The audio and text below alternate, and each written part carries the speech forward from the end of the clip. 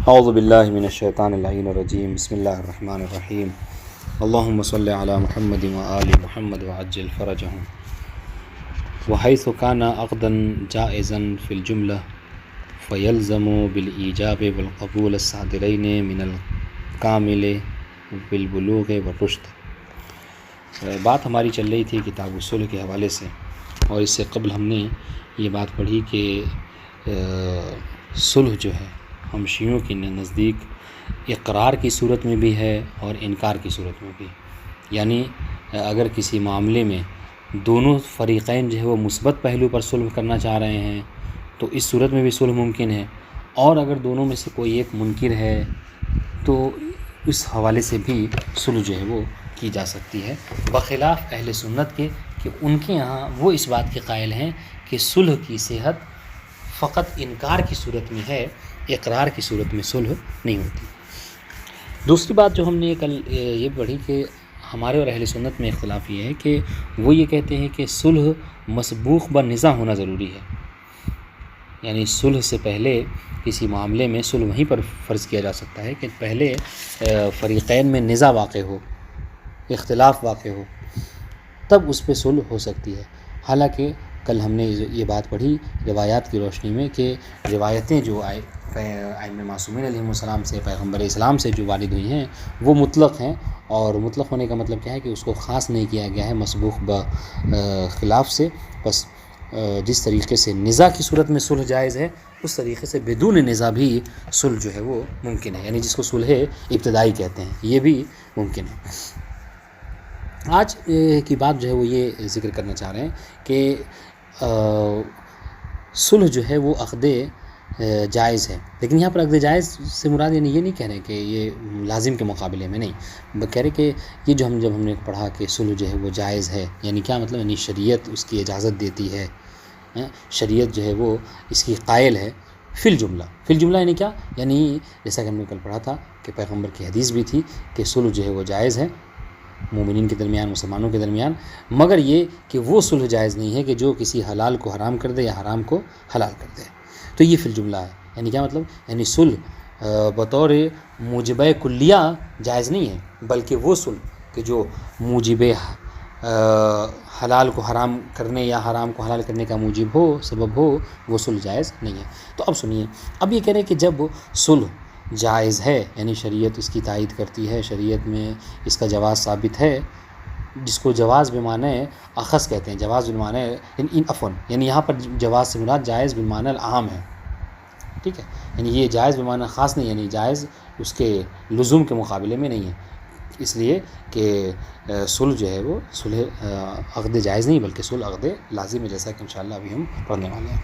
اب جو قابل غور بات ہے وہ یہ کہ ایک لفظی گفتگو کی ہے شارح نے مصنف کے ساتھ، وہ یہ کہ مصنف نے یہ جو جملہ کہا فَيَلْزَمُ بِالْإِيجَابِ وَالْقَبُولِ، ہے نا، یہ بات سمجھنے کے لیے ہمیں مصنف کی بات پڑھنی ہوگی۔ مصنف کیا کہتے ہیں دیکھیں، وہ کتاب الصلح وهو جائز مع الاقرار والانکار الا ما احل حراما او حرم حلالا، ٹھیک ہے، فَيَلْزَمُ بِالْإِيجَابِ وَالْقَبُولِ الصَّادِرَيْنِ مِنَ الْكَامِلِ کامل الجائز تصرف، یہ مصنف کی عبارت ہے۔ تو یہ جو فا ہے نا، اس فا کے اوپر شارح نے اشکال کیا ہے کہ مصنف نے یہاں پر جو فا ذکر کیا ہے، یہ معلوم ہوتا ہے کہ یہ فا مصنف جو ہے وہ فائے تفریع گویا کہ قرار دے رہے ہیں۔ شارح اشکال یہ کہہ رہے ہیں کہ حالانکہ بہتر تو یہ تھا کہ مصنف اس فا کو فائے تفریع نہ قرار دیتے، اس لیے کہ فائے تفریع اس وقت ذکر کی جاتی ہے کہ جب پہلے اصل ہو، ٹھیک ہے۔ اب یہ جو کہہ رہے ہیں فَيَلْزَمُ بِالْإِيجَابِ وَالْقَبُولِ کہ صلح جو ہے وہ لازم ہو جاتا ہے ایجاب و قبول کے ذریعے سے، تو شارح کا اعتراض یہ ہے کہ ابھی اس سے پہلے تو آپ نے یہاں پر لزوم کا کوئی ذکر ہی نہیں کیا ہے، کہ جب آپ نے اس سے قبل کی عبارت میں لزوم کا ذکر نہیں کیا ہے عقد صلح کے حوالے سے، تو پھر یہ فَيَلْزَمُ بِالْإِيجَابِ وَالْقَبُولِ یہ کیوں اس کو جو ہے وہ تفریع قرار دے رہے ہیں؟ بہتر یہ ہوتا کہ آپ یہاں پر فا نہ ذکر کر کے واو ذکر کرتے وَيَلْزَمُ بِالْإِيجَابِ وَالْقَبُولِ تو زیادہ بہتر تھا، ٹھیک ہے۔ یہ شارح نے اشکال کیا، پھر خود ہی جو ہے وہ ایک یعنی حل نکالا اور ایک توجیہ پیش کی مصنف کی طرف سے، اور یہ امانت داری ہے، سمجھ لیجیے آپ کہ ہمارا اور آپ کا تو حال یہ ہے کہ ہم اگر کسی پر کوئی اعتراض کرنا چاہتے ہیں تو اگر اس کے حق میں کوئی بات ہوتی بھی ہے تو ہم چاہتے ہیں کہ اس کو چھپا لیں، مگر بہرحال یہ ہمارے علماء تھے۔ آپ دیکھیں کہہ رہے کہ ہاں ایک توجیہ ہو سکتی ہے کہ جو مصنف سے پیش کی جائے، وہ یہ ہے کہ شاید مصنف یہاں پر یہ کہنا چاہ رہے ہوں کہ چونکہ مصنف نے ٹھیک ہے کہ اس سے پہلے عقد لازم کا ذکر نہیں کیا ہے، مگر مصنف نے ممکن ہے کہ توجہ مصنف کی اس بات پہ رہی ہو کہ چونکہ ہم نے کہا ہے کہ صلح جو کیا ایک عقد ہے، چونکہ وہ خود کے باب میں اس کو ذکر کیا ہے، اور عقد میں اصل کیا ہوتا ہے، اصل میں عقد جو ہے کہ یہ لازم ہو، ان شاء اللہ، مگر یہ کہ جس عقد کے جواز کے اوپر حدیث دلالت کرے تو وہ عقد جائز ہو جاتا ہے، ورنہ اصل عقود کے باب میں یہ ہے کہ وہ کیا ہو، وہ عقد لازم ہو، جیسا کہ اس بات کے اوپر قرآن مجید کی آیت بھی دلالت کرتی ہے، اوفو بالعقود کے ذریعے سے۔ تو شاید اس بات کی طرف متوجہ ہو مصنف، اور اس حوالے سے انہوں نے اس فائدہ تفریق کو ذکر کیا ہو، تو اس طریقے سے ان کی بات جو درست ہو سکتی ہے، یہ پوری بات ہے۔ اس کے بعد ایک دوسری بات جو ذکر کرنا چاہ رہے ہیں وہ یہ ہے کہ اگرچہ ہم اس سے پہلے بھی یہ بات ہم ذکر کر چکے ہیں، وہ یہ کہ صلح جو ہے وہ بنفس نفیس خود ایک عقد ہے، ٹھیک ہے، مستقل عقد ہے۔ صلح جو ہے وہ فرع نہیں ہے کس کی، بقیہ عقود کی۔ یعنی کیا مطلب، یعنی یہ کہ صلح میں اگر عوض و معوض ہو تو وہ بیع کے اندر داخل ہو جائے، جیسا کہ ہمارے علماء میں سے شیخ طوسی اس بات کے قائل ہیں کہ صلح کا اپنا کوئی مستقل جو ہے وہ یہ عقد نہیں ہے، بلکہ صلح جو ہے وہ یہ فرع ہوتی ہے کس کی، بقیہ عقود کی۔ اگر عوض و معوض کے ساتھ ہو تو یہ بیع میں داخل ہے، اگر منفعت کے ذریعے سے ہو تو یہ اجارے میں داخل ہو جائے گا، اگر عاریتاً ہو تو یہ عاریہ کی فرع ہو جائے گی۔ یعنی کہنے کا مقصد یہ کہ شیخ طوسی یہ بیان فرما رہے ہیں کہ صلح ہمارے نزدیک ایک مستقل عقد نہیں ہے، بلکہ یہ فرع ہے بقیہ عقود کی، بس یہ جس کی تابع ہوگی اس کے احکامات جو ہیں کیا ہے، اس صلح کے اوپر لگائے جائیں گے۔ مگر مصنف اور ان کی تبع میں شارح بھی اس بات کے قائل ہیں کہ جی نہیں، صلح جو ہے وہ یہ مکمل جو ہے کیا ہے، ایک عقد ہے، مستقل عقد ہے، اور یہ بقیہ عقود کی فرع نہیں ہے، ٹھیک ہے۔ اب یہاں پر جن لوگوں نے یہ کہا کہ نہیں، صلح جو ہے وہ کیا ہے، اگر عوض و معوض کے ساتھ ہو تو یہ جو ہے وہ بیع کی فرع ہے، اگر منفعت اس میں کے مقابلے میں ہو تو یہ اجارے کی فرع ہے، اس طرح کی جو وہ باتیں شیخ طوسی نے کی ہے، اس کا جواب جو ہے مصنف شارح یہ دے رہے ہیں کہ دیکھیں، کسی عقد کا کسی حکم میں کسی دوسرے عقد کے ساتھ مشترک ہونا اس بات کی دلیل نہیں ہے کہ وہ عقد متحد ہو جائے دوسرے عقد کے۔ کیا مطلب، یعنی یہ کہ اگر عوض و معوض صلح میں پائی جائے اور بیع میں بھی عوض و معوض ہوتا ہے، تو اس کا مطلب یہ نہیں ہے کہ عقد جو ہے، عقد صلح جو کیا ہے، بیع ہو جائے گی، ٹھیک ہے۔ اگر صلح جو ہے وہ منفعت کے عوض میں ہو تو ایسا نہیں ہے کہ یہ اجارہ ہو جائے۔ یہ کون کہہ رہا ہے، شارح کہہ رہے ہیں۔ کہا کیوں، کہا یہ اس لیے ہے کہ چونکہ ہم دیکھتے ہیں کہ اگر آپ یہ قاعدہ ذکر کر رہے ہیں کہ چونکہ یہ فرع ہے اس کی، اور اس کا خود اپنا مستقل وجود نہیں ہے، چونکہ جو احکام بیع کے ہیں وہ اس پر جاری ہوتے ہیں، جو منفعت کے ہیں اجارے والے اس پہ جاری ہوتے ہیں، تو شارح یہ کہنے کہ پھر آپ اس بات کو کہاں لے جائیے گا کہ آپ ہبہ معوضہ کو کیا کہتے ہیں۔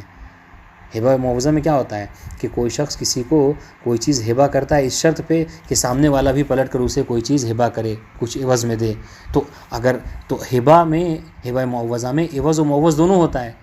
نا، لیکن پھر بھی آپ اس کو ہبہ معوضہ ہی کہتے ہیں، اس کو بیع نہیں کہتے ہیں۔ تو جس طریقے سے ہبہ معوضہ میں عوض و معوض کے ہوتے ہوئے وہ ہبہ ہی کے عقد میں رہتا ہے، وہ بیع میں داخل نہیں ہوتا، اسی طریقے سے ہم یہاں پر بھی قائل ہیں کہ صلح جو ہے اگر کسی حکم میں بیع کی شریک ہو جائے تو وہ بیع نہیں ہوتی، اجارے کی شریک ہو جائے تو اجارہ نہیں ہوتا، اور انشاءاللہ پھر اس کے بعد ایک اور آخری مسئلہ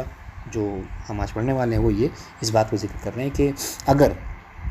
اور یہ اس کی طرف بھی اشارہ اس سے پہلے کیا گیا، وہ یہ کہ اہل سنت نے کیا کہا تھا کہ صلح فقط انکار کی صورت میں ہے، اقرار کی صورت میں نہیں ہے، بخلاف ہمارے کہ ہم نے کیا کہا، ہم نے کہا کہ صلح انکار کی صورت میں بھی ممکن ہے اور اقرار کی صورت میں بھی ممکن ہے۔ اس کی تشریح کیا کی، تشریح اس بات پہ کی کہ کسی مسئلے میں اگر دونوں جو شریک ہیں اگر صلح کرنا چاہ رہے ہیں تو اگر وہ یہ کہہ رہے ہیں، یعنی دونوں ہی مثبت کہہ رہے ہیں، دونوں ہی اقرار کر رہے ہیں تو بھی صلح ممکن ہے، اس طریقے سے اگر انکار کر رہے ہیں تو بھی صلح ممکن ہے، یہ ہم کہتے ہیں۔ لیکن اہل سنت کیا کہہ رہے ہیں، اہل سنت کہتے ہیں کہ نہیں، فقط انکار کی صورت ہے، اقرار نہیں ہے، اقرار کی صورت میں صلح جو ہے وہ نہیں ہوتی۔ تو اب سنیے گا، اب اگر اس کا مسئلہ کیا ہے، کہہ رہے یہ اہل سنت کی بات کو اگر ہم یہ کہیں گے ہے نا. اگر ہم یہ کہیں کہ صلح جو ہے وہ فقط انکار کے صورت میں ہے تو اس کا ثمرہ کہاں ظاہر ہوگا؟ ثمرہ یہ ظاہر ہوگا اس بحث کا، اس اختلاف کا، یعنی ہمارے اور اہل سنت کے اختلاف کا ثمرہ ظاہر ہوگا کہاں پر؟ یہاں پر کہ اہل سنت یہ کہتے ہیں کہ اگر کوئی شخص کسی مسئلے میں کسی چیز کا اقرار کر لیتا ہے تو اس کا مطلب کیا ہے؟ یعنی اگر کوئی شخص کسی چیز کے حوالے سے صلح کا طلبگار ہو جائے تو اہل سنت یہ کہتے ہیں کہ وہ کیا ہے؟ گویا کہ وہ مقر ہو گیا اس بات کا کہ فلاں میں حق اس کا بھی ہے. مثال سے بات واضح کروں، ایسے نہیں سمجھ میں آئے گی. سنیے، مثلا ایک اختلاف ہو گیا ایک گھر کے حوالے سے. میں نے کہا یہ گھر میرا ہے، آپ نے کہا کہ یہ گھر ہمارا ہے. بات انشاءاللہ. اب سنیے، اب جو دعوے دار ہے وہ جو کہہ رہا تھا کہ گھر میرا ہے، اور جو منکر ہے جو اس میں رہ رہا تھا اس نے کہا کہ نہیں یہ گھر میرا ہے. آخرکار یہ ہوا منکر نے یہ کہا کہ ایسا کرتے ہیں کہ اس پر صلح کر لیتے ہیں. ٹھیک ہے، صلح کر لیتے ہیں. 4 کمرے ہیں، 2 کمرے تم لے لو، 2 کمرے ہم لے لیتے ہیں. تو اب اہل سنت کیا کہتے ہیں؟ اہل سنت یہ کہتے ہیں کہ اس کا یہ کہنا، گرچہ مدعی جانتا ہے کہ اس پر اس کا حق نہیں، یہ صرف میرا گھر ہے، لیکن اس کا یہ کہہ دینا کہ تم صلح کر لو، یہ صلح کرنے کی طلب کرنا گویا کہ یہ اقرار ہے کہ اب یہ حق اس کا بھی اس کے اندر پایا جاتا ہے. لیکن ہم اہل تشیع یہ کہتے ہیں کہ نہیں، اقرار کرنا یعنی صلح کرنا اس بات کا اقرار نہیں ہے کہ یہاں پر حق جو ہے وہ سامنے والے کا پایا جاتا نہیں، بلکہ ہو سکتا ہے کہ انسان کے اور بھی بہت سارے مقاصد ہوں کہ جس کی وجہ سے انسان جو کیا ہے صلح کرتا ہے. مثال میرے پاس اتنا ٹائم نہیں ہے کہ میں پولیس کے چکر کاٹوں، ہے نا، اسٹیشن جاؤں یہاں وہاں، یہ میرے اور بھی سارے کام ہیں. ہم نے کہا کہ بھائی اس مسئلے کو دفع کرنے کے لیے ایسا کرتے ہیں کہ صلح کر لیتے ہیں. اس کا مطلب یہ نہیں کہ میں مقر ہو گیا کہ آپ کا بھی گھر ہے، نہیں. ہم چاہتے ہیں کہ کم سے کم 2 ہی کمرہ صحیح، ہمیں اس کی ضرورت ہے. ہمارے پاس مثلا اور بہت سارے گھر ہیں، ہم اس میں رہ سکتے ہیں. لیکن ہم اس قانونی چکر میں جو ہے وہ داؤ پیچ میں نہیں پڑنا چاہتے، لہٰذا ہم صلح کر رہے ہیں. تو یہ سارے مسائل ہو سکتے ہیں. لیکن ایسا نہیں ہے کہ نہیں، اگر کوئی صلح کا طلبگار ہے تو اس کا مطلب کیا ہے کہ وہ اقرار کر رہا ہے کہ سامنے والے کا حق بھی اس کے اندر پایا جاتا ہے، حالانکہ اس کی ہم نے نفی کی ہے. آئیے عبارت دیکھیے کہ وحیث کانا عقداً جائزاً فی الجملہ. یہ میں نے عرض کیا کہ یہ جائزاً سے یہاں مراد یعنی شریعت نے اس کو جائز سمجھا ہے، یعنی کیا ہوتا ہے اس کی اجازت دی ہے. یہ نہیں کہ لازم کے مقابلے میں، یعنی جائز بالمعنی. اب کہہ رہے کہ اب جب کہ صلح جو ہے وہ عقد جائز ہے، عقد جائز ہے، یعنی عقد ایسا عقد ہے کہ جس کی اجازت دی ہے شریعت نے، جس کی شریعت جو ہے کیا تائید کرتی ہے فی الجملہ. البتہ مکمل جملہ نہیں تائید کرتی بلکہ فی الجملہ کرتی ہے. یعنی کیا مطلب؟ یعنی اس صلح کی تائید کرتی ہے کہ جس ذریعے سے حرام حلال نہ ہو رہا ہو اور حلال جو ہے وہ حرام نہ ہو رہا ہو، جیسا کہ اس سے پہلی بات گزر چکی ہے. اب سنیے، فَيَلْزَمُ بِالْإِيجَابِ وَالْقَبُولِ الصَّادِرَيْنِ مِنَ الْكَامِلِ. بس یہ صلح جو ہے وہ دیکھیے اگر لازم ہے، یہ جائز نہیں ہے، اس لیے کہہ رہے کہ جائزن پہ توجہ کیجیے گا. تو کہہ رہے فَيَلْزَمُ، تو اب یہ صلح جو ہے وہ لازم ہو جائے گا، لازم ہو جائے گا ایجاب و قبول کے ذریعے سے. اور کون سا ایجاب و قبول؟ الصادرین من الکامل بالبلوغ والرشد. ٹھیک ہے، اور وہ کہ جو صادر ہوا ہو ایجاب و قبول کس کے ذریعے سے؟ ان لوگوں اس ذریعے سے کہ جو کہ کامل ہیں، یعنی کیا مطلب بالغ ہیں، عاقل ہیں اور رشید ہیں.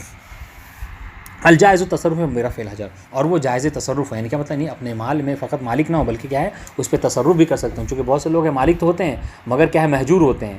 مفلس جیسا کہ ہم اس سے پہلے پڑھ چکے ہیں، ہے نا. غیر ممیز بچہ جو ہے یہ سب کیا ہے محجور ہیں، یہ تصرف نہیں کر سکتے. تو نہیں، تصرف جائز التصرف ہونا بھی ضروری ہے صلح کے حوالے سے. ٹھیک ہے،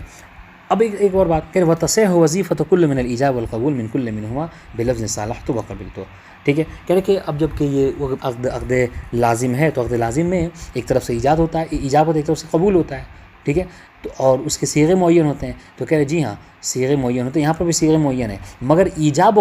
کون کرے گا، قبول کرے کون کرے گا، یہاں پر یہ معین نہیں ہے، بلکہ دونوں میں سے جو چاہے وہ ایجاب کر سکتا ہے اور دوسرا قبول کر لے گا، یا جو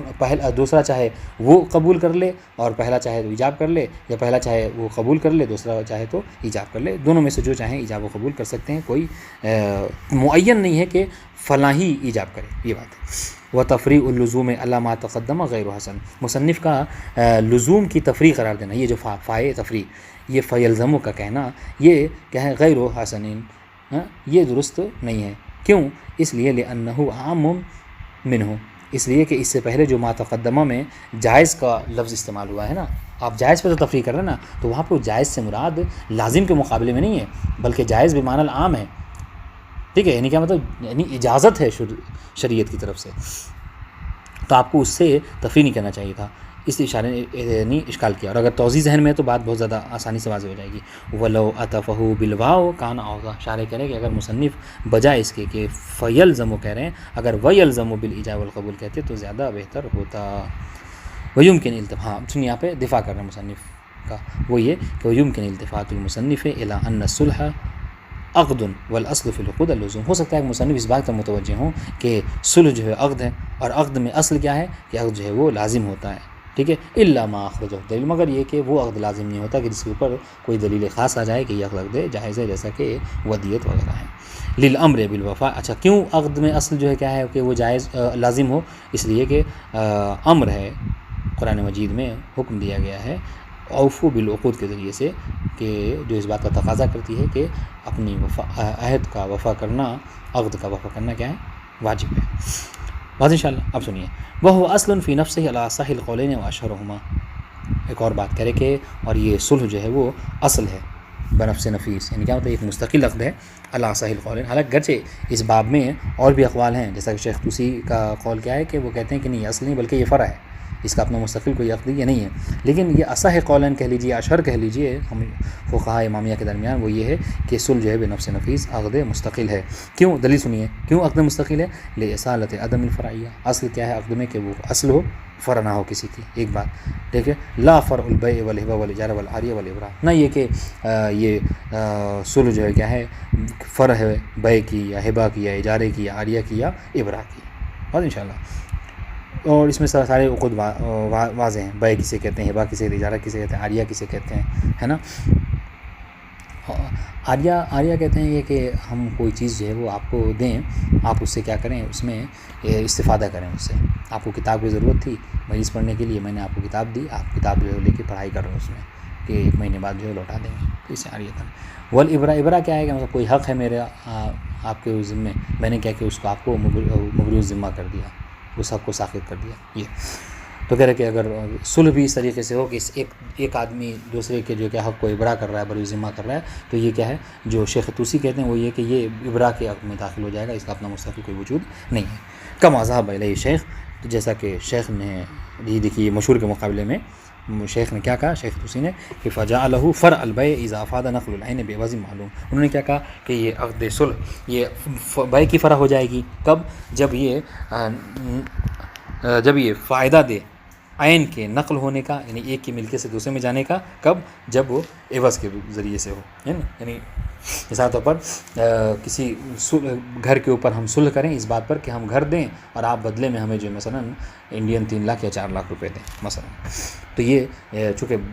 بیع میں ایسا ہوتا ہے لہٰذا یہ بیع کی فرع ہو جائے گی۔ اب جو بیع کے احکامات ہیں شیخ طوسی کے نظریے میں کیا ہے، وہ سب اس کے اوپر جو کیا ہے لاگو ہوں گے۔ وفرع الاجارہ اذا وقع علی منفعت معلوم بعوض معلوم، ٹھیک ہے، جب کسی خاص عوض کے بدلے میں اگر کوئی منفعت لے، جیسا کہ ہم عام طور سے کرائے پہ گھر لیتے ہیں، مہینے میں 2 لاکھ دیتے ہیں اور 1 مہینہ اس کے اندر رہتے ہیں، ٹھیک ہے، تو ہم منفعت اٹھاتے ہیں اس گھر سے، ورنہ اصل ملکیت جو مالک کی رہتی ہے، تو اس کو کیا کہتے ہیں، یہ اجارہ ہے۔ اگر اس طریقے سے صلح ہو رہی ہے تو کیا یہ اجارہ کی فرع ہوگی، یہ شیخ طوسی کہہ رہے ہیں۔ وفرع العاریہ اذا تضمن اباحۃ منفعہ بغیر عوض، ہاں، اور عاریہ کی فرع ہو جائے گی جب آپ کوئی چیز دیں، ٹھیک ہے، اور اس سے فائدہ اٹھانے کے لیے اور اس سے کوئی عوض نہ لیں آپ، عکس کس کے؟ اجارے کے۔ وفرع الہبہ اذا تضمن ملک العین بغیر عوض، اور یہ ہبہ کی فرع ہو جائے گی کب؟ جب تضمن ملک العین بغیر عوض، جب آپ کسی چیز کو کیا کریں، کسی سے لے لیں، ہے نا، بنا کسی عوض کے، آپ کو گفٹ کر دے کوئی سامنے والا، ٹھیک ہے۔ وفرع الابراء اذا تضمن اسقاط الدین، اور کوئی میں نے آپ کو قرض دے رکھا تھا، دیکھا کہ آپ کی حالت جو ٹھیک نہیں ہے، مالی حالت، میں نے کہا کہ ٹھیک ہے آپ جو ہے وہ ہمیں واپس نہ کیجیے گا، تو یہ کیا ہے، اگر اسقاط دین ہے تو یہ ابراء کے حق میں داخل ہو جائے گا۔ تو کہنے کا مقصد کیا ہے کہ ان مثالوں سے یہ بات سمجھ میں آ رہی ہے کہ صلح کا اپنا کوئی خاص وجود نہیں ہے مستقل بلکہ یہ فرع ہوتی ہے ان عقود کی۔ اچھا، ان کی دلیل کیا ہے کہ استنادا الی افادتہ فائدتھا حیث یقع علی ذلک الوجہ، ان کی دلیل یہ ہے کہ چونکہ افادت صلح فائدتھا فائدۃ العقود، ان عقود کا جو کیا ہے صلح فائدہ دیتی ہے جب ان طریقوں سے کیا ہے صلح ہوا کرتی ہے، ٹھیک ہے، اگر عوض کے ساتھ ہو اور ملکیت منتقل ہو رہی تو بیع، جیسا کہ ابھی اسے مستقل ذکر کیا، تو کیا ہوگا، فیلحق الصلح حکم